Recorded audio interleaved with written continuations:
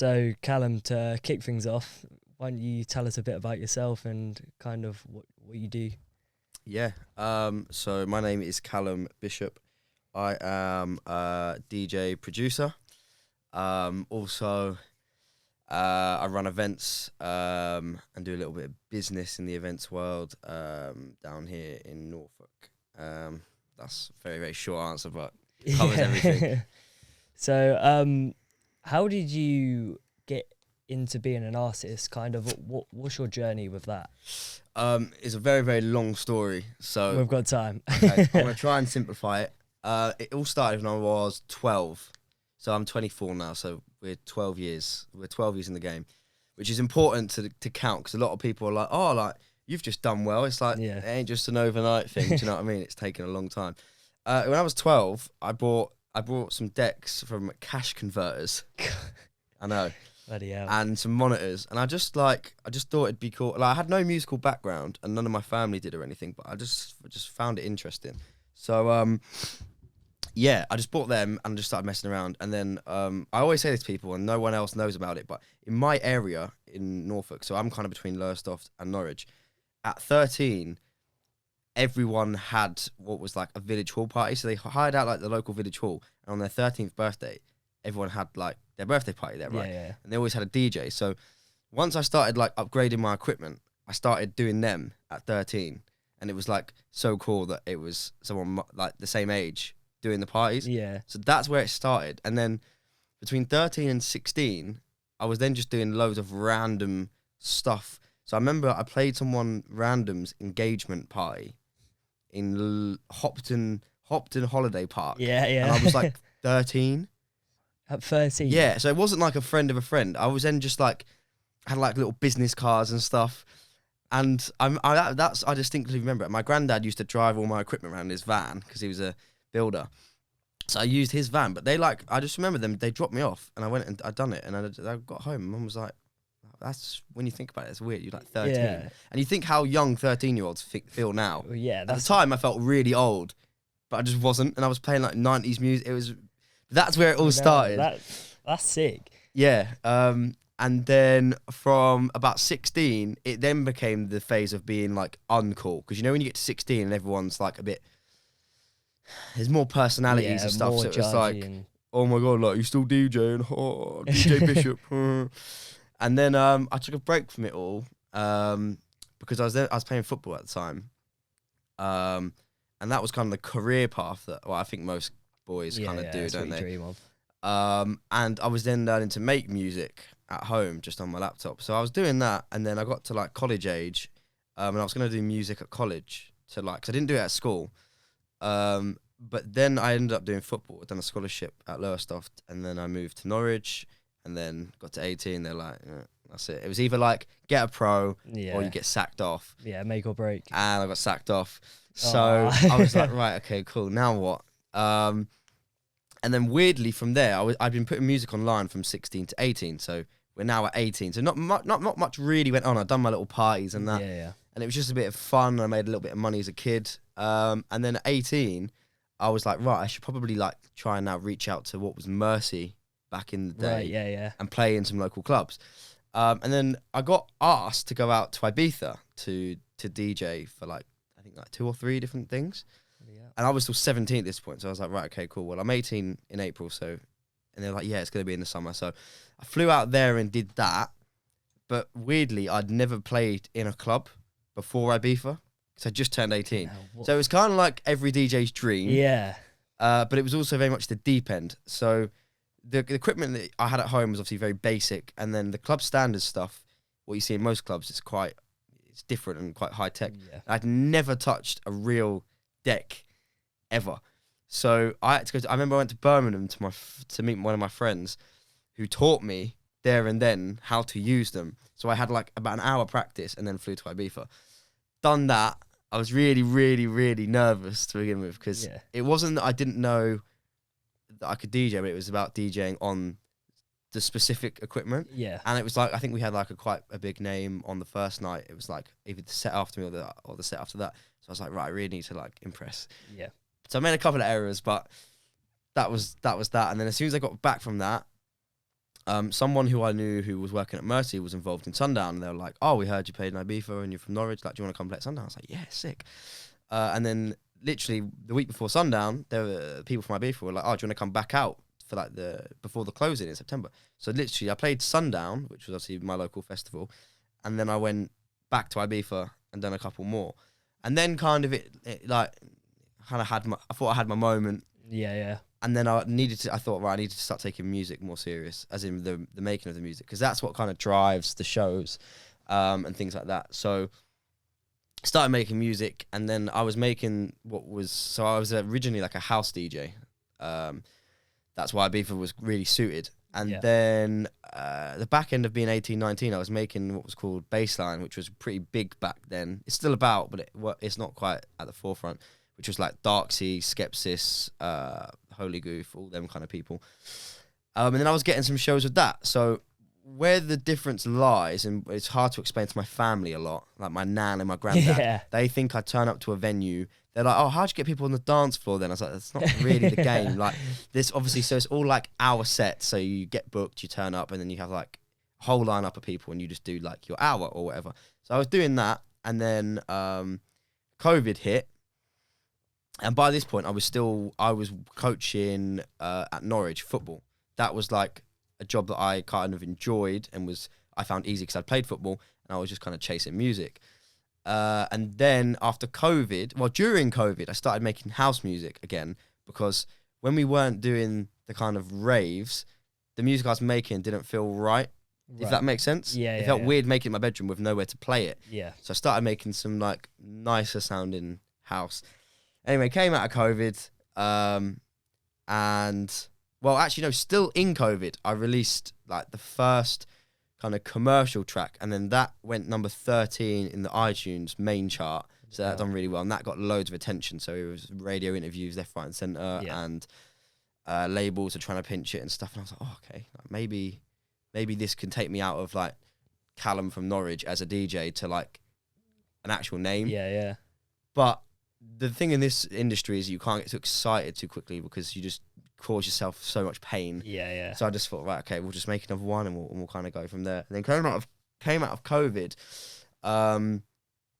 and then I started running a club night, but we'll get on to that later on. Yeah. And then that's eventually how I met Devilman, which is formerly known the drum and bass father, which I'm sure everyone knows of that song. Everyone knows. And I'm now touring with him pretty much full time.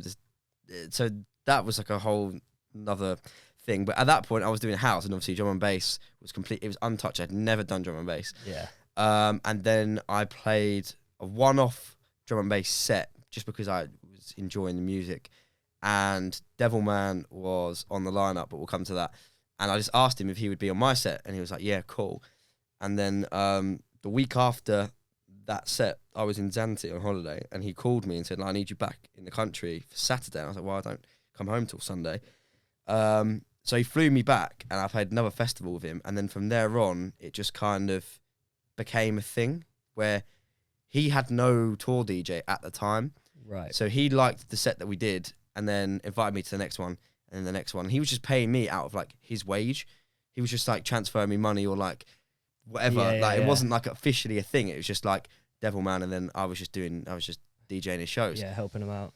And then where are we now? So then that was all last year, so 2022.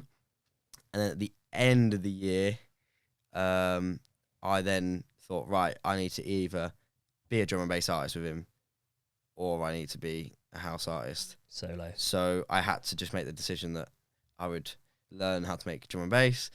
And now that is what we're doing. I don't want to kill the whole podcast by getting into the whole story so early, but I wanted to paint the picture that now I would consider myself a drum and bass artist, and I tour with Devilman, and pretty much alongside the business stuff that I do that we'll get into, that's like becoming a full-time job in itself. It's definitely now a full-time wage, but it's now a full-time, like the traveling and every show is like the furthest possible. Like some of the dates we've got for winter is just like 4 hours, 5 hours, 6 hours, 4 hours. Then it's like 4 shows in one day for Halloween, where it's like combined 10-hour traveling. Yeah. So yeah, at current, that's where we're at, and that's kind of like in a nutshell the journey of music from 12 to 24, I guess.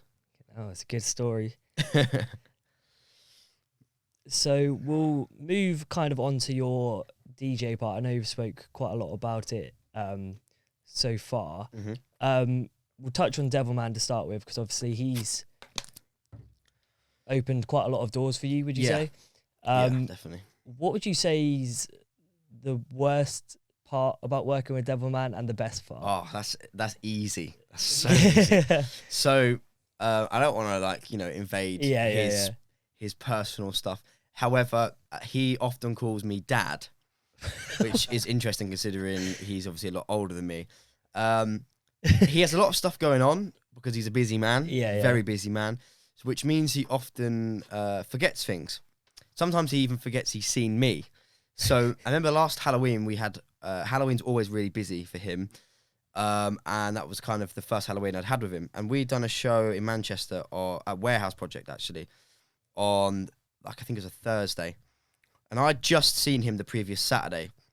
And he was like, oh, I haven't seen you in ages. I was like, mate, we literally had all weekend together last weekend. He was like, did we? Nah, we didn't. And I was like, mate, look. Pulled up the clips. I was like, we were in, I don't know, Leeds or something. And he was like, oh, I don't remember that. I was like, bro, it was like 5 days ago. So he's very forgetful, which leads me doing a lot of the thinking. Yeah. A lot of the organising. I mean, we now have the same agent, so that makes things a bit easier. Because if not, agent was relaying to him and I would rely on him to relay to me on like dates. And often what I would do is I would figure out the information myself. So at one point he asked me to do this festival last summer, and it was in Wales and it was on a Sunday. So he said to me, oh, we've got this festival called, I think it was called, I don't know, but he told me the name. He was like, I was in Bristol on Saturday. I was thinking, that doesn't sound right. So I looked it up. It was indeed not in Bristol. It was in Wales, and it was on Sunday. So I ended up just doing a lot of the digging myself to save myself a lot of problems. Yeah. So I think definitely the worst thing about working with him, which is probably no fault of his because he is so busy, is just having to think about everything. And quite often it's like when we're traveling, I'm like, right, so this is the amount of travel time, so we need to leave at this time. And then sometimes I'd get to his, if we share travel, and he's then got to run 20 errands before we go. So we're off schedule, and I'm like, oh my God. I'm the only one who stresses about, he doesn't stress about anything. He's the coolest guy ever. Like when we played Warehouse Project, he turned up late. Like when I mean late, I mean the set time had started. So I went on stage without him, and the stage is obviously quite big at Warehouse Project. So I looked, and I was thinking, he's got to turn up in a minute. Looked down, he was just like casually strolling along the front getting pictures.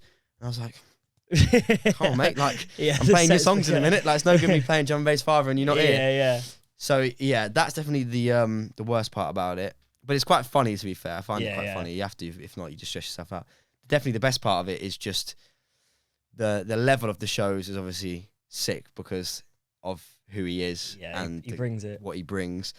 And now becoming like All Stars, people were like recognizing me as his DJ, but also now recognizing me as an artist. And like, for example, for the All Stars festival that I played last Sunday, I only got asked to do it a week before because he was supposed to be on someone else's set, but people were still messaging me and tagging me, and I wasn't even down to play it. So that's been probably the best part, is that I can now show on a massive level what I've been able to offer. Yeah. And I think just the opportunity in general, it doesn't come up much. No. I mean, I worked out the other day, there's only probably like 4 people in the country that are doing my job, because there's only like 4 MCs that need tour DJs. Yeah. So that's a pretty big stat when you think about it. If every DJ in the UK, there's only 4 that are tour DJ and drum and bass artists. So I think the opportunity is obviously the massive part of it. Yeah. So I think that's probably the best bit, yeah. I think the best part is that you kind of made the opportunity yourself as well. You kind of go to him. That's the good thing about it. It wasn't a case of like, oh, you're with a really good agency and you kind of got put together. Yeah. I think because it was such a natural combination where I had no interest in doing drum and bass. Yeah. I had a one-off, and he wasn't really looking for someone to properly tour with. but it just came together rather than it wasn't really like me saying to him like, oh, please, I really want to be a DJ. Obviously, I was saying like, look, if you've got shows, Put me I'm there. Yeah. But at the same time, it would just kind of happen. I think that's the best bit about it. Whereas if you try and force, I feel like it reminds me of, you know how X Factor, where sometimes acts that aren't as good solo, they try and put them in a group. Yeah. Sometimes it obviously works, sometimes it doesn't, because it has to be like a natural connection, probably both on stage and off stage. Yeah. Like we talk all the time off stage. To begin with, it was just kind of like a business relationship, but now it's like, you know, I met some of his family and he's met my family, and we have like he just randomly rings me, and sometimes even like when I'm saying about dad things, he'll call me up something unrelated and go, what do you think about this? What should I do? And I'm like, I reckon just do that. He's like, yeah, do you know what? Great idea. Should have thought of that. So it's like a good relationship now, and we're very honest. Like he'll say to me before a big show, like, I don't think we should do this today and we should do this. I'm like, yeah, cool. It's just like, it's a good kind of working but friendship relationship. But it's also really weird in the sense of, obviously, I grew up listening to him. No. And as a promoter, I'd booked him. And then it just became like, so it is sometimes weird. Like when I take my friends to shows, they're like, hey, it's mad, like it's the drum and bass father. But for me now, it doesn't feel like that. It's like a friendship and everything else, you know what I mean? Yeah. So the next question was kind of how did you create such a good partnership? But I know you've kind of touched on that. I can elaborate on it a bit. I think just trial and error. Obviously, the first thing we did, we just got bodged together by me. So I just ran it as I thought it would be fit to do so, and he obviously enjoyed it. Going forward, you'd be surprised, actually. We don't really plan a lot of stuff. It's because, obviously, he still does shows without me.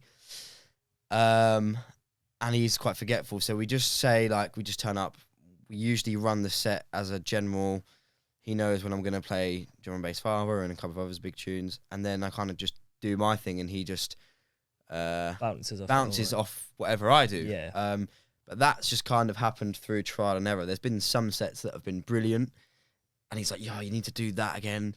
And there's some sets, I mean, not very often, where he said, don't do that. But I know I'm not, that didn't really work. So you just kind of change it. So it's just trial and error. And it's interesting that a lot of DJs and performers actually do just trial stuff on stage. The best way to know if it's going to work is doing it on stage. Yeah. You could do something in your room or practice 1,000 times, but being in front of a couple of thousand real people, that will tell you whether that's actually good or not. Or sometimes you listen to something so much you think it's bad, then it does really well live. Or you do something once, you think that sounds brilliant. I'm not gonna rinse it. And then you do it live and it's not good. So it's just trial and error, really. Yeah, I suppose that goes across all industries as well. Yeah, not 100%. Just drum and bass. Yeah. So you went to Ibiza for your first set. Yeah. How old were you there? 18? 18. I just turned fresh 18. So I'd never had even like a lad's holiday or anything. So after that, going to like Magaluf for my friends was really like, once you've done like you've the like best peaked. one, you peaked so early. I was like, they're like, do you want to go Magaluf? I was like, you go to Ibiza? No, it's too expensive. So that was it was crazy, to be fair. What did your parents think of that? So my parents are quite young, and they're very understanding of the life that I lead now, because to the naked eye it would appear that I don't do much, because obviously I don't go to work and I get up sometimes at non-normal times. But at the time, obviously, I was just working part-time. I don't even think I was working in a like a menswear shop in Norwich, actually. Menswear. It was called Goods back in the day. It was like, it was only there for a couple of years, but at the time it was like I don't know, 11 degrees, Gym King, all that. When it was hot. My mum was really worried about me going out there, because it was like me flying to meet some randoms. I stayed in a villa with some other DJs from Scotland, which the project was ran by, and I've still keep up to date with one of them now, and it's like a really good friend. So she was really worried. My dad was just, he'll do his thing, like, don't worry about it. So she was like, I think she ended up getting the contact details of like the person who was picking me up at the airport and everything. But she was just checking in. But she was really happy with it. In the end, after, I think it's just a parent thing, isn't it? Like, worried about your kid turning 18 and flying out on their own. So I did fly out, obviously, on my own. Yeah. I think they took me to the airport. Yeah, they did. I remember Mum posting like a picture of me, a video of the plane flying up. And she was like, oh my gosh. Waiting outside the airport. Yeah, she literally did. So obviously you got quite a good break with the Ibiza thing, and I can imagine now more than ever there's so many more up and coming DJs that want to kind of get into the space and kind of add their own little touch. What kind of advice would you give for new up and coming DJs now, and to try and maybe help them not make any mistakes that you made? Yeah, I mean, first of all, it's definitely harder to break through now. Yeah. Because every man and his dog is a DJ. Yeah. Whether that's like on TikTok or clubs or wherever. So it's definitely harder to break through. But what I would say, and what I'd always had done, was you have to, for opportunities to present themselves to you, you have to be making them happen to a degree. I think it's a good combination of not being too much, but you have to make it happen. If you sit back and post stuff online and think, oh, it's okay, I'm good, so I'm going to blow up. Yeah. You might. I mean, TikTok's a great place for that. Yeah. But it don't just happen. No, you got to work. You can't just be, it's the same as if you're a good footballer, if you don't take yourself to the right trials, you might be the best player in the world. You could be the quickest player in the world. But if no one knows you're the best player in the world, it's no good. No, exactly. You know what I mean? Yeah. So I think work hard, it goes without saying. Nothing comes without hard work. Yeah.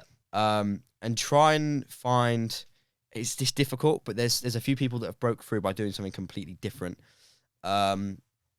Just for an example, like there's a duo called the Stickmen, and they play like live in suits with like these mad like LED drums and whatever, and they blew up on TikTok, and they're now crazy money for a show. Yeah. But they just figured out something different.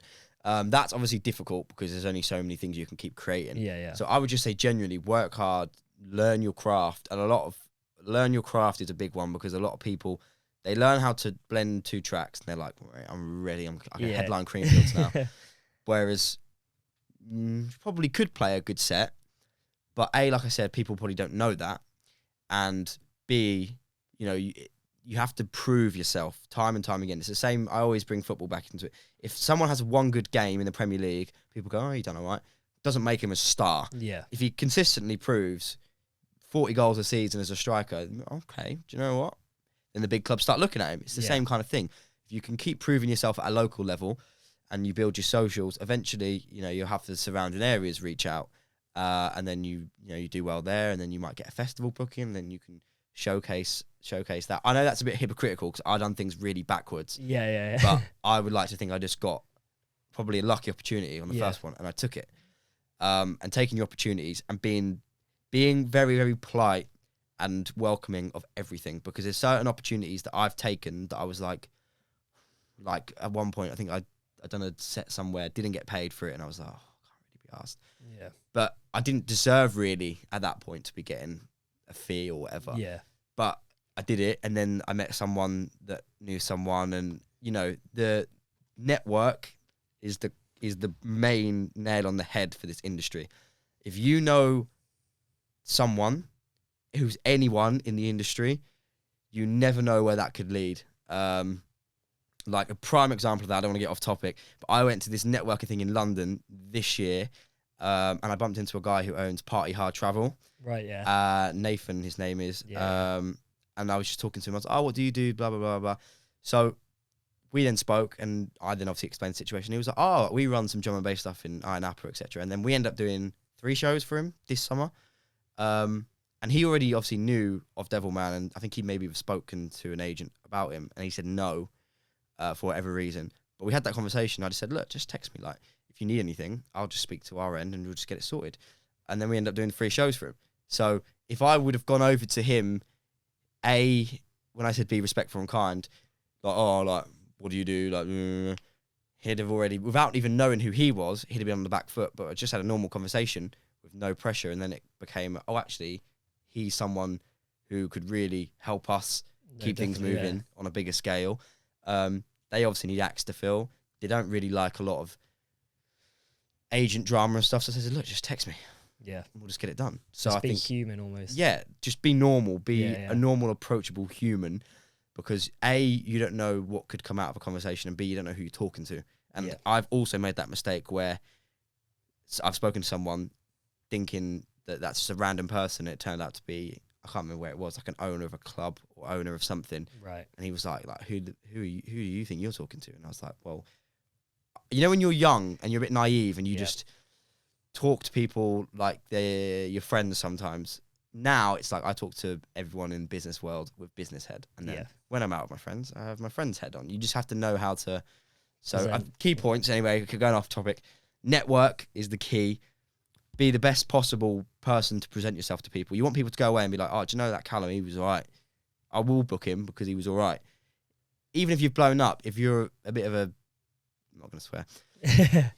If you're a bit of a, you know, people are going to go, yeah, he probably will sell tickets, but I don't want to deal with him.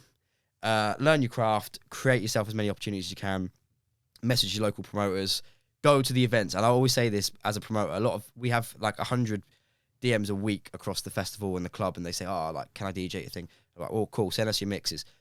Do we get around to listen to all of their mixes? Definitely not. But we see the faces. So if you're coming to my events as a punter, because we want people who actually like the industry, if you keep coming, I keep seeing your face, the name's going to stick. And then eventually that happened with someone. He kept coming. His mixes weren't quite there. His mixing's improved. We keep seeing him. And I said to him the other day, I saw him out in having a couple of drinks. I said, get you in next year. And he was like, oh, yeah, nice one. So present yourself with the best opportunities is the last one. Definitely. Smashed it. So you said about how you started DJing and then you moved to produce music. Mm-hmm. How important would you say that is in the kind of industry that you're in? I would say top tier, and I think depends obviously what line of DJing you want to be. Obviously you've got your standard club DJs, which you can still make, you know, people make full-time livings out of. But as like a booked artist, I would say it's crucial, because what happens is quite often, especially in certain music scenes, so, you know, house, drum and bass, is people listen to someone's music, they love that artist, and then they're like, they want to see them play. So the way naturally it works is that if your music does well online and people know who you are and they want to see you, they'll then want to come to the shows, if that makes sense. Yeah. So you have to kind of see yourself as more of an artist as opposed to a DJ or a producer. It's just kind of tied in, where you want new music to be the demand for it by people, and then that means the demand will naturally lay over to the shows. And as clubs and promoters and things like that, they want to be booking people that people want to see. Yeah. Like I said, you could be the best DJ in the world, but if it had DJ Bob the Builder, right, could be the best DJ in the world, but people are going to look at it and just keep scrolling. If it is Devilman, people are going to go, Yeah. I want to go. Even if they just know drum and bass father, people will go. Yeah, definitely. So I think that's the crucial point, is that I figured out really early on at 16, like, cool, I can pick up the odd bit, but to do it properly, I'm going to have to make music, and music that people like. And that's also a very tricky bit. Sometimes the music people like is not what necessarily you want to put out. Yeah. Like, there's times that people have asked me to release songs and I don't really like them that much, but you have to do what you have to do. Like, if people, that's what the people want. Yeah. At the end of the day, the people decide what's good, not you. What would you say the most memorable moment in your career is so far, and why? So that could be one personal and one is kind of, so one is like, I don't know, as a fanboy or whatever. Or whatever. That's so tough. I think from a music point of view, for my own music, there's two. So I'm gonna have to give you like four, because it's so hard to pick. Just go. One was the day that my first commercial single went into the iTunes chart, and it actually eventually charted in the official charts. Right. But was 50 something, so it close to the top 40. Yeah. And I remember that we ran it for ages. We're like, pre-order it. And it always just seemed like a distant thing. Like, I would love to go on iTunes on my phone and just scroll and see it. And I remember all of my friends stayed up and waited for 12 o'clock for it to come out. And it got to like 3 minutes past, and we were checking top 100, and it was nowhere to be seen. And I could sense all my friends were like, they didn't want to say it. They were like, they asked once, is it in there? And then I didn't say anything after, so they were like, well, it's obviously not in there. And then out of nowhere, I think it was during COVID, so we were all on Fortnite. And they were like, yo, it's 73. I was like, no way. So quickly scrolling, and it was 73. And I was like, oh my God. I was like, boys, this is mental, like top 100 in the UK right now. And then they were like, oh, if it got top 100, like you have to like back off some. I bought some, what's that, like 80% alcohol that you can buy abroad. Is it? It's all different colours. It's not horrible. Sure. And I bought some from Magaluf years back, never drunk it. They're like, you have to back it off. So I backed it off, and I remember this distinctly. I was still on FaceTime, and I was being sick in the toilet. And I had my phone propped up, and I was going, like, yo, it's 53. And I was like, shot. I was like, yo, give me a minute. And then by the time I got back out the toilet, it was at like 44. It just kept climbing. And then I remember it was like 6 a.m., still hadn't slept. And it was at 28, and it was just below Joel Corey, M&EK. That was a huge tune in the charts. Yeah. I was like, oh my God. So I just didn't sleep because I wanted to catch it at its highest point. Ended up going to 13. And I just remember that day was crazy because we were in COVID, so I couldn't do anything. I went to B&M with my mum, and someone saw me in B&M. They're like, oh, mate, like, what are you doing in B&M? Like, I was like, well, what else can I do? I can't exactly go out and celebrate. Yeah. And that day I just remember like my phone was just constant, and I went around with my nan and granddad, and we popped some champagne out in the front, and I don't know, it just felt like the start of like a proper journey. Like the journey before was like I was just a guy that made music and played a couple. That felt like the day where it was like, wow, I could be everything I wanted to be that day. So the chart moment was the first one. The second moment, which was quite recent, is the Winter Love Island, the final. So my label said, oh, Love Island like your tune Plan, so like keep an eye out. And I was like, I don't really know if I'm going to watch the whole series. Yeah, just for that. And no one said anything the whole series. So I was obviously not getting to get played. And then I was in bed watching Sidemen and like on the final. Didn't know it was the final. And my mum came like because my bedroom's downstairs for reference. So she came running in from the living room. She's like, oh my God. And I was like, what? I thought like the house on fire or something.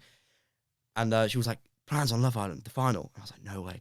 It turned out to be the highlights of the winning couple that they used it over. So I went in and watched it. And as I was walking from my bedroom to the living room, my phone started going. They're like, oh my God, I think your song was just on Love Island. And I was like, trying to watch it. And then people were ringing me.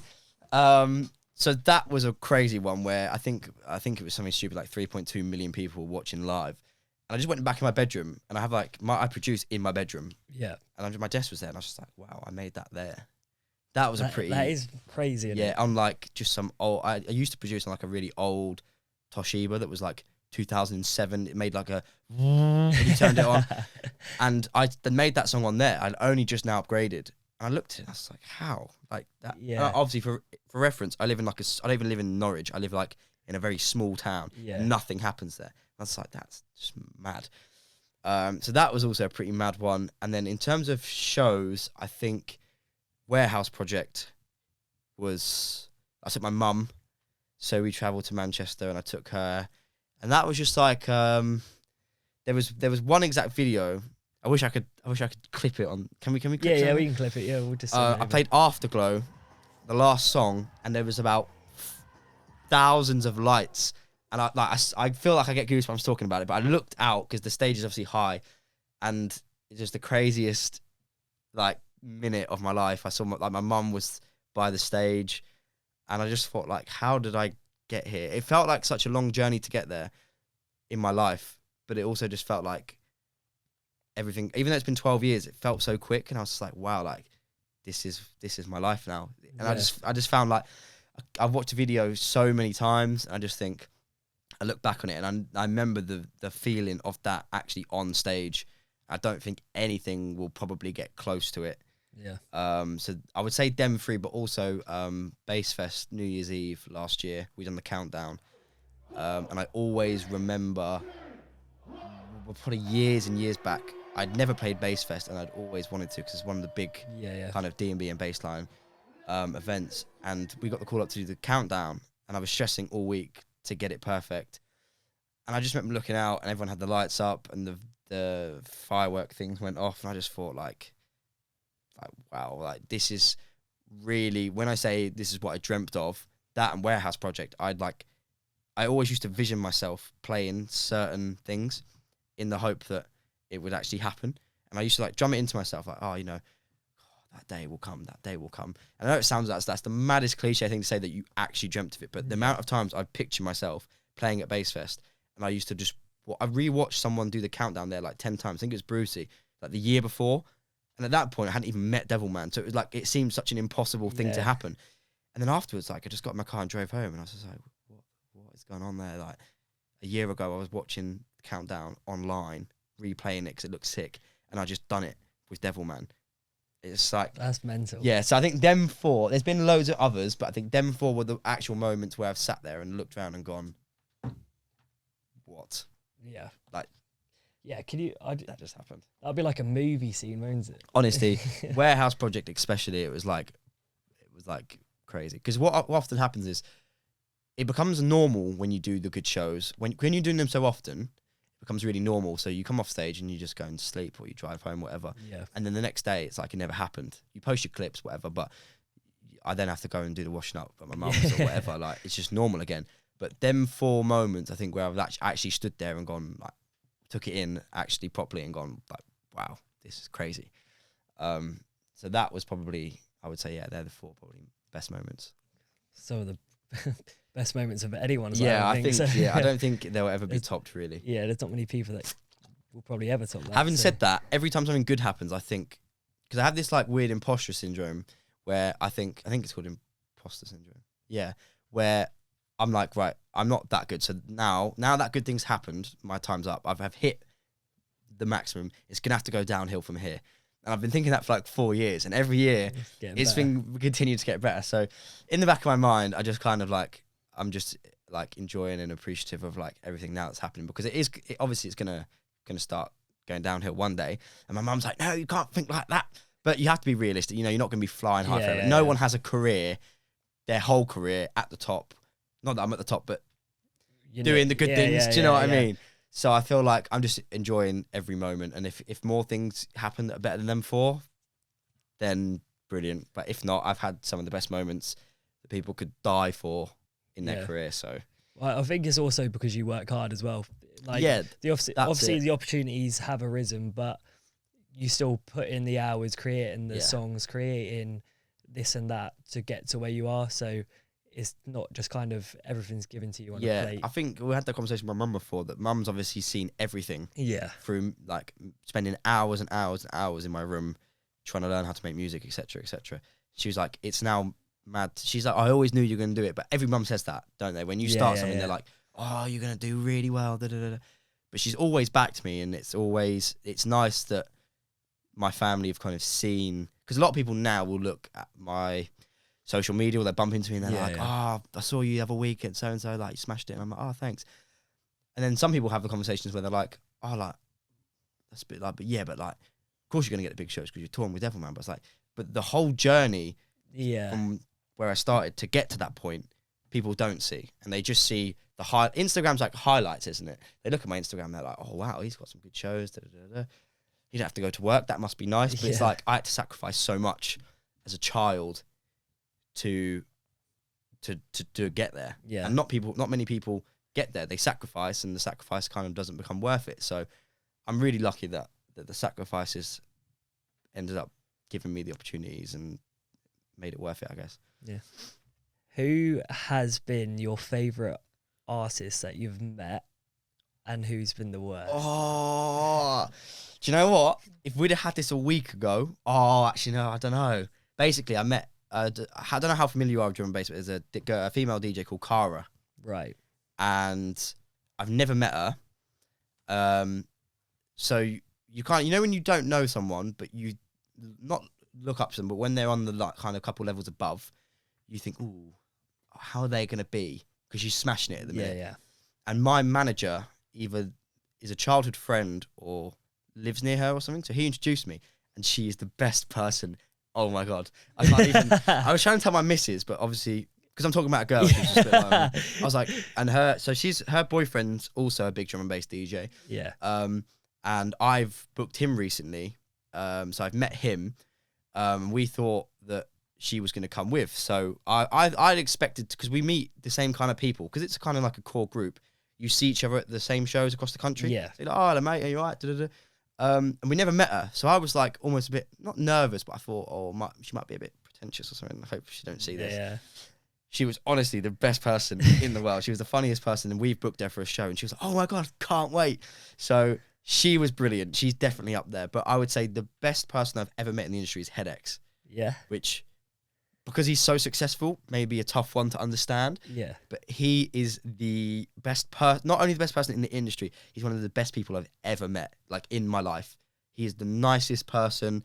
He's just such a normal guy. I remember we played one of my shows when we both played on the lineup, Christmas Eve last year, and we just sat for like an hour and a half afterwards, just talking about life. He was talking about that he was buying his dad a golf club for Christmas because his dad loves golf, and he was just saying like he can't believe where he's at, and just like such a normal conversation. And then that was Christmas Eve, and then New Year's Eve was the Bass Fest, and then he was also playing. So I had my girlfriend with me, he had his girlfriend, they were talking, we were talking. It was just like a really, and then Mosey came over, who is now really, really up there. He's flying. And we were just talking, and then Headex was just going, he was just talking about like he was going to go home and play Fortnite with his missus. And it's just like, I don't know, man. He's just like the nicest, and he's proper heart of gold. And he said to us, like, he headlined Printworks twice, and he said, you know, if you want to come. I was like, I know you don't have to keep to that, mate. Like, I know you must have loads of people. And he did. He got all of my team. He invited us to Printworks backstage. And he was just texting me on the day of his headline show. At one point, I DM'd him. See, quite obviously, his Instagram DMs are quite crazy. Yeah. So he gave me his number a while back. But then he didn't reply on that. So I was like, oh, no, maybe this is it. So we were at Printworks, and then he just replied to me on the Instagram DMs. And he was just sat in the chat. When I was replying, he was just seen.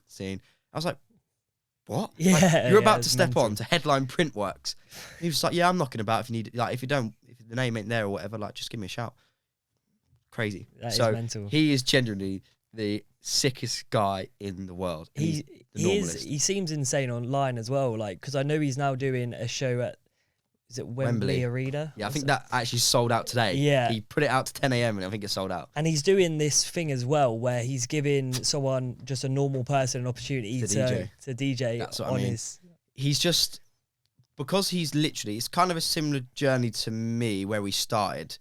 Obviously, it's a bit different where we are right now, but he was just, he started DJing. He's actually from Cambridge, so really? He's close from around here, and he just DJ'd, and he kind of just worked hard, worked his way up, and then just exploded. And I always say to him every time I see him, like, no one deserves this more than you. And he's always like, oh, brother. But he really does. Yeah. Like, he has no, like, just for example, where he came and played Mantra last year, and he was at this point touring like major venues. He says, even he played Sundown a couple of weeks ago, and he was telling the artist liaison how much he loves Mantra, and he's the sickest club, and he loves coming to Norwich. And for someone of that size to still, like... Yeah. You know, most people would just be like, oh, it's a small show. But he loves it. Yeah. And he just turned up. He asked for nothing other than one Corona. He just came in, drunk his beer, sat and chatted with me. We walked back to the hotel with him, and then... That's insane. Yeah, just the sickest guy, man. Yeah, I saw him at Sundown. He was insane. And it was crazy kind of for D&B. There's a lot of mainstream people that go to Sundown. Yeah. And the tent was overflowing. Yeah, like, I think he's just set completely different levels now. He's clear. Yeah, proper. Worst person. Worse. Trying to get out of that. Oh, I'm not going to say who. Yeah. Because I don't think it'd do me any favours. But there is a certain act who I would also consider very much up that level. And I remember going, I wasn't playing at said event, but I was just there. And he came into the booth. So you have something that's called a booth monitor, right? So you have all the speakers faced that way, and you have two monitors here that face you, so you can hear what you're mixing as well. Yeah. And I remember it was just like, so you can set your own levels, whether you want it off or completely max or whatever. So when you get in the booth, usually, I just turn it to wherever I want it to be. Do my settings. Cool. He came in and threw his headphones on the floor, and he was like, that booth monitor needs to be turned down. I'm not playing until that booth monitor is down. All he needed to do was go. So he lobbed his headphones and then walked off back behind the stage. Blah, blah, blah, blah, blah. And I was like, well, maybe he's just had a moment. I mean, it is a bit of a big diva moment to lob your headphones because of one dial is slightly up, and every DJ uses it differently, so it's normal to go in there and have to change it. And then afterwards, I was talking, and they also apparently refused to play because they asked for a certain drink, sugar-free, and it was not the sugar-free one, so someone had to go out and get sugar-free, and they refused to go on stage. And then after that, I met them again, and it was the same kind of scenario where it kicked off about something, and da-da-da-da. So I think there's a lot of people that forget. You've got to remember, when everyone first started DJing, they loved it, they'd done it for the passion, they wanted to do well. When you start talking about doing headline tours and you've got fees that are people's yearly salaries, I feel like people maybe just lose sight of what the original goal was. And that's why I love HeadX, because he is now crazy big, but he appreciates like every moment and not like, oh, I'm HeadX now, so I can behave how I want. I don't believe in people behaving, because I've met some big artists and they're some of the nicest people I've ever met, like not even in the industry, just in general. So if they can be nice, you can all be normal. You're all humans. You're not better than anyone. You've done really, really well, but that's why I respect a lot the people who are really flying high, who can just have a beer and have a normal conversation. So yeah, I won't say who it is, but there's a couple of big egos. But I mean, it's kind of understandable, I guess. If I was getting a yearly salary for a set, I might lose my head a little bit. I don't know. It's easy to say when you're not them. Exactly. I guess there's like a line where you can kind of, if you overstep it, you're cocky, and I think you'll get perceived of that. Across, like you said, it's quite a small kind of core group. 100%. So if one person sees that, people are gonna kind of talk, and I'm guessing like quite a few people probably would have seen that as well. So it's like it's definitely not a good. Like I always said, I want people to say, when they mention your name, they don't want to say, oh, he's You want to say, oh yeah, he's all right. But I also think the important thing is what people forget is there's an on-stage personality, there's an off-stage. As long as you keep them separate, you're good. Like if you can go on stage, it's your time. So you can do whatever you need to do. If you want to stand on the table and jump off the decks, cool. Do your thing. But as soon as you come off, but that's also an important one, that like certain artists, they're very, very confident on stage, and they come off stage and they sit in like the green room at the end where all the artists are, and they're just very like introvert, which is weird, but that is kind of how that works, where you do just have like an on stage and off stage, and they're just separate. Like it's two different people, really. So you touched on it a little bit earlier. You run events called Touchbase. Elaborate on that. Where did it come from? So basically, I ran one event in Norwich years back, in like a really small club, and I loved it. And I always liked business at school, but I always wanted to own a business, but I didn't know what I wanted to do. So kind of all just came naturally. And then I used to work for some events when I was younger, like standing on the streets, like giving out flyers and stuff. I said to them, I was like, look, this was just before clubs were about to reopen from COVID. I said, like, can we do an event with you? They're like, well, look, to be fair, we've got no one to run it at the minute. So do you like fancy doing it? All right, yeah, cool. I was still working my old job at that point because of obviously COVID. So we started that, and I kind of transformed it into D&B events. So it was a weekly that we did, and we were just bringing basically like an act a week back then, because demand was ridiculous off the back of COVID. So we were doing that for ages. But obviously I was like a non-shareholder. I was just kind of paid in percentages. So I had no real power other than running the weekly. And the drum and bass was going really, really well. So I was like, well, you know, what have we not got down here? We've got Sundown, which touches on drum and bass, but a bit more younger orientated. And there was nothing else that was considered like a day event as such. So I took the kind of leap on my own, outside of the guys I was working from the club, to do this day festival. So I just reached out to the showground. They were like, yeah, like, cool, this is the higher fee. And basically we came up with Touchbase, and the concept that it was. My nan actually came up with the idea of the name. Really? So I was at Centre Parks with my family, and I was like, look, we want to call it something bass, but bass is like, you know, a lot of things called bass. So we were like, well, what can we call it? She said, what about Touchbase? But like bass is in BASE. And I was like, I like that. I was like, so we roll with that until we find something better, and then we just loved it. And then my designer that was working with me at the club, Cam, we became quite good friends. So I was like, look, do you want to? And he was like, yeah, 100%. So he came up with the concept of we done it in the woodland part of the showground. So it was tree based. So our logo was like a combination of like an arrow and a tree. So we based the entire branding off this tree concept. And so, yeah, we ran year one. I ran it completely like solo. So there was no backing of investors or, you know, not even a marketing, nothing. It was just me booking the acts, done all of we had an external company that helped with the risk assessments, etc. But I was learning it as we did it. So we done year one in 2022. We kind of just wanted to do it as kind of like something from the people to the people. It was a business, but it was, as a DJ and someone who liked events, it was like we wanted to put something on that was just stripped back a bit, and it wasn't so much for Instagram. It was, you know, the people that like to go to these events, like we wanted to put something on for them because there was a gap in Norwich for it. So that's kind of what we did. And then we ended up obviously going around to run year two this year, just gone. And then what we did was we broke off and made a like sister brand of it for the clubs. So I broke off from what I was doing with the other guys, and we took over something new that was like the club brand of the festival. And that's been going really, really well. So at the moment, we have that, and we have the festival, and then we started an under 18 brand in May, and that's done crazy. Like that was another thing where we looked at and we thought, right, what's another market here that hasn't been touched or hasn't been touched enough? Yeah, under 18s. So we ran our second one in July, sold out, and then the Halloween one sold out in like 4 days. So that's going really, really strong.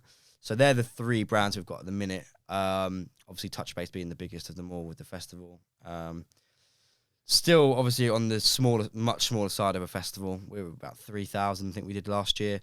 But to build it from scratch, obviously, was difficult. Yeah. And although it's brilliant to have something, it is a lot of work. I don't think people appreciate the lengths it goes to set up something like that from literally ground up with no investors or anything like that. So it's a lot of risk, a lot of sleepless nights. Yeah. But it was all part of the beginning of the journey, I guess. Yeah, well, I can remember going there and seeing you running about like a headless chicken the entire time. Year one was crazy, ridiculous. I remember just doing. We opened 15 minutes late. I can't think why. Oh, cool. So we had to, at this point, we didn't have people to put up our boundary fences. Like, we did that. Yeah. So we would put them up, and then 50 minutes before we opened, they all just collapsed. So we had to get them all back up. And then because it was like, at that point, we didn't really have a team. It was like my friends helped out, my family, etc. So I was doing the running about because the stage needed something, and I was the only person who could really sort the main problems. Yeah. So I remember 15 minutes before, I was just sprinting full blast across the bar. Then the card machine system went down 10 minutes before it opened. So it was like, oh my God. So I was just doing lengths of the thing. So yeah, that's probably why you would have seen me running around like a loony. What do you reckon the hardest part of that, or what was the biggest failure of that one? Definitely the inexperience. Yeah. It's really easy to sit there with some money and go, we want to run this.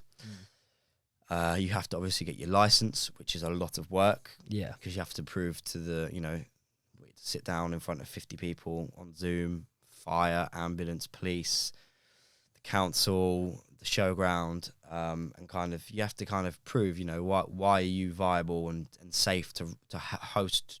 I think we had 2,000 the first year. Why can you host 2,000 people? And that was quite a big pressure when I was 21 into 2 at that point. No, 22 into 23. So that was a big pressure at that point because there was no one that was kind of above me, and there was no one that was really helping on the bigger scale. So that was a tough one. And you can't prepare yourself for something like that. So you can't prepare yourself for how big you need your bar to be, how big you need your stage to be, how big you need how many food vendors you need, because you've never done it, so there's nothing to base it off. Yeah. So year one was very much a trial period. We had a problem with the bars. We rectified it for year two. It was all just like one of them where we looked at it for year one. Okay, cool. What did work? What didn't work? What can we now upgrade? What budget do we have available to build that up? Yeah. So yeah, year one was just complete trial and error. Year two was still a bit of a trial and error, because obviously every year you want to do more, upgrade everything. Yeah. So we upgraded the staging, the site, the size, the people, the acts, etc. So every year we just kind of sit down and we go, right, what can we now just push up? What we didn't want to do is try and do too much too early. Yeah. Because that's one way to get yourself bankrupt. Yeah. Because if you have one bad year and you've gone from 2,000 people and you try to do 10 and you've booked so many acts and your budget for your stages is quadrupled and it doesn't come off, you're finished. Yeah. So we just try to every year just slowly push it and upgrade it basically. And so you've spoke about how you've kind of branched out into other kind of brands in the events industry. Do you do that all yourself now, or? Yeah, so basically we have a team now of 4. Yeah. And it's the perfect team really. So a friend of mine who's been friends with me for 7-8 years, he's always come to all my shows before they were like the big shows, and he's always shown a big interest in that. So he naturally wanted to come and be involved. And then my designer, who came up with basically everything that you see for all of the brands, he obviously he had a big interest in the events industry as well. So although everyone has their jobs, everyone has a core interest of the brand and the industry. Whereas I think sometimes people have an interest of they're there to make money. Yeah. Or they're there to do a job. Yeah. So they do their job and then Go home. that's it. Yeah. Whereas there's sometimes where like my designer the other day, he had to go home from his friends to update an artwork because it needed to go out at 6 and we didn't have the right version. So it's kind of them where people will go the extra length, and that's the importance of having a really good team. And then we took on a younger lad who I've never seen such a smart head for his age. I think we met him at 18. And he was just so willing to work and learn. So we have ended up giving him like a full-time job, just from like his desire to work and to do something more than just a job he didn't like what he was doing at the time. So we've got a good team of 4. I mean, 4 is still not a big team for the work we have to do. And obviously I have to do that alongside touring. Yeah, everything else. And just normal family life, and you know it does get a lot, but we have a work chat and everything goes in there. So we say, oh look, we've got an offer in for this person, and they go, oh cool, maybe we could look at this, so we're all very much on like an equal term. And I think that's what's really important, is there's never any like, you know, I'll never go to them and say, well actually I'm in charge and it's gonna be my decision. It's just if I put something in there and all 3 of them say no, no point in me overruling it. Yeah, exactly. So it's a very good like equal playing length where we all just discuss stuff and stage designs and things like that. We say, well, these are the options. I think we could do this. Could we combine that with that? And we all just kind of thrash it out between us 4, really. Yeah, I think that sounds like the ideal situation. 100%, because like a friendship, but it's when it's work time, it's work time. Yeah, it's so much better doing things as a group and kind of all growing together. 100%. Then you all benefit out of it as well. Where do you see Touch Base in 5 years? Is it still in Norwich, or is it? Do you know what? I think that's a tough one, because day by day everything changes in life, in the industry. I mean, 2 years ago today, I was just starting running the club stuff, and I just left my job to do it full time. Yeah. And there was no talk of a festival. So if you look in 2 years, there's no talk of a festival to we're now already knee deep in planning year 3. Yeah. I think the potential for in the next few years, I'd like it to be growing every year like it has been. And we'd like to take, because we think it's a strong brand image in the sense of the name, the branding, the visual aspect. So we would quite like to be able to take it out of Norwich eventually.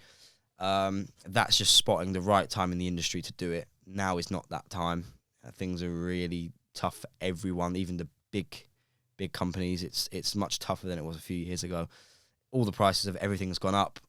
The people have generally got less money than they used to, so they're hand picking what they do and don't go to. So that will probably be the move, but it'll be the move when it's the right move. Like I said, there's no point trying to do something that you think is brilliant, but isn't the right time to do. Whether that will be for club shows, for arena shows, or whether it will be taking the festival out or making, a different location version of Touchbase. I'm not 100% sure, but that's the direction we want to go in at the right time. Yeah, no, that completely makes sense. It depends on the market. Yeah. So obviously, you've created Touchbase into quite a successful brand and event. Mm-hmm. How did you come up with the kind of marketing strategy behind that? Obviously, like you said, you were competing with corporations and events that have been around 10, 15 years and have millions in backing, and they don't really, price isn't really an object for them. Obviously, you started out as privately funded and all through your own money. So yeah, how did the kind of marketing go behind that? To be honest, for year one, there was no real. There was a strategy, but it wasn't like a strategy. If that makes sense, it was like, I have never done marketing. One of the team still works in marketing. So it was like, taking tips where possible. And the main point that I found when I was learning it and for year one was being of the age of the people that attended, rather than look on paper, we need to be doing this, this, and this. What do the people want? And that was always the question I asked myself. What do the people want? Do they want you to spend half of your budget on big glitter puffers that throw confetti around, or do they want to see the acts? And in this industry, they want to see the acts. They want the vibe to be right. So the whole process was, okay, as a marketing, what do they want to see? Do they want to see a massive event description with loads of needless information, or do they want to know what they need to know? Start with the basics. Date, time, location, ticket price, lineup. Cool. Right, then what demographic are we trying to hit? And to be honest, it's a lot different to what I expected. So we thought the club stuff was all probably 18 to 21. So we were like, right, that's going to be our market, give or take.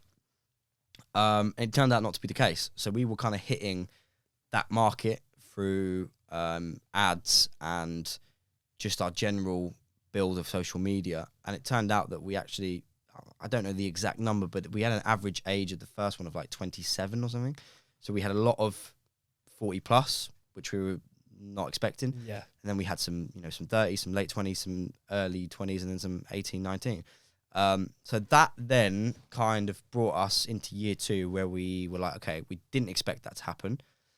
So rather than, everything's pointing to we should hit the younger demographic, wasn't really any point in doing that, just specifically them, because why would you hit 40% of your market when you could hit 100%? So then we kind of, everything that we thought was going to be the case for year two kind of went out the window. But that's what I said in the respect of, it was a trial. So what we expected could have happened, but it didn't. So then, cool, the next year we looked at hitting some other bits. So for that, year two, then we looked at kind of expanding the areas, because we found from year one that there was a couple of surrounding areas that attended, and we didn't actually hit any of them through any campaigns. It was all Norfolk based, or not even Norfolk, Norwich, basically. But we had some Cambridge, some Peterboroughs, etc. And then year two, we were like, right, so if they've come already without us hitting them through paid anything, then surely there's a demographic there that we can hit through paid things. So we looked at kind of year two, then expanding the kind of radius that we were hitting, and the age bracket and the interests, etc., going forward. And then we took on a company that were kind of like the us of 20 years ago, who had the older ravers. So they came and done a stage takeover for our second stage in year two. And that was just a kind of a move where, right, where can generally speaking, social media is not as prominent for the older generation. Yeah, definitely. So, cool, we could stick our campaigns angled towards them, but will it actually hit them?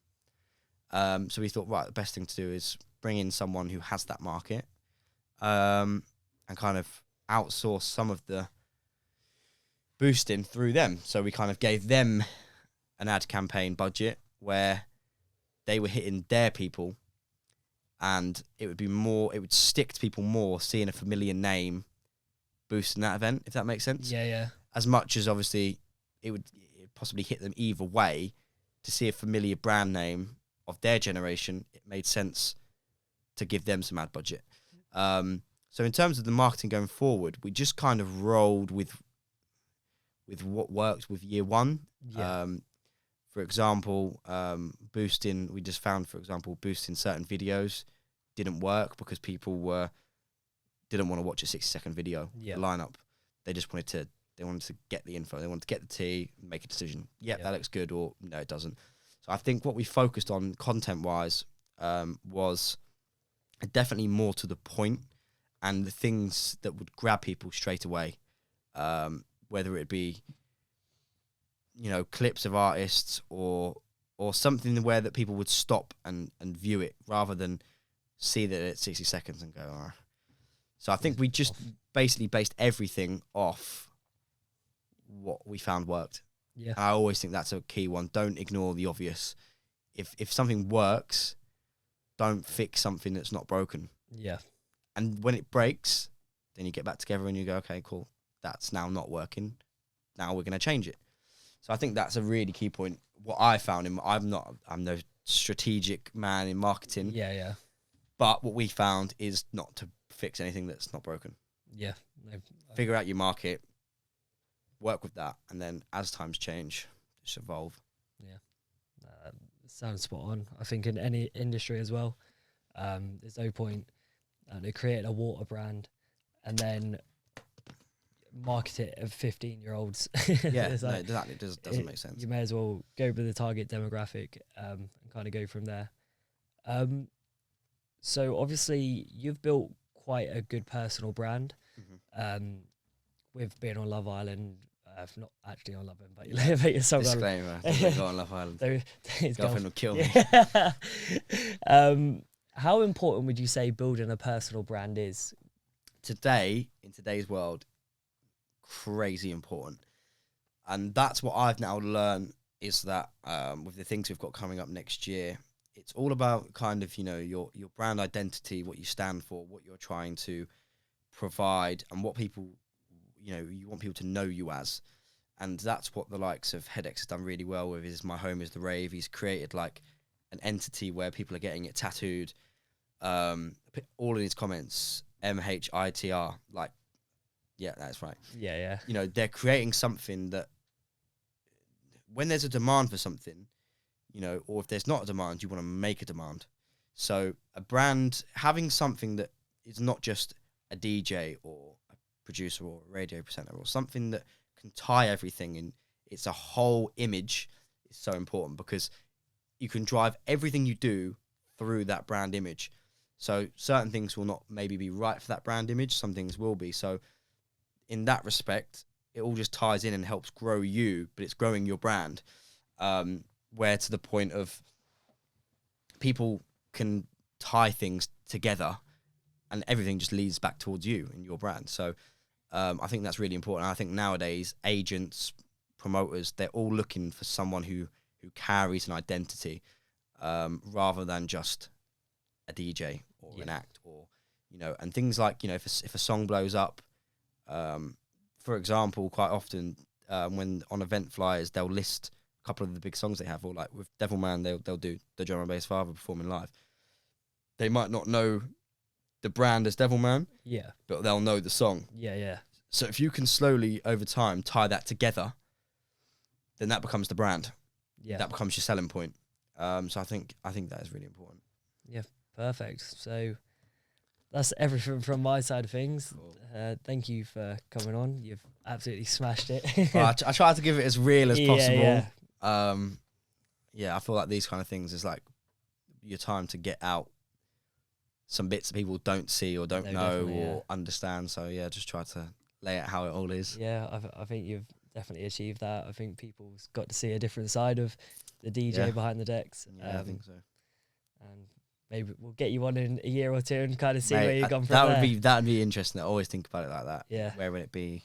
Especially when you've asked, where do you think it will be in 5 years? Yeah. I mean, it could be down the pan or it could be flying high. Yeah. Don't know. Either way, we'll get you on. Nice one. Perfect. Right, perfect.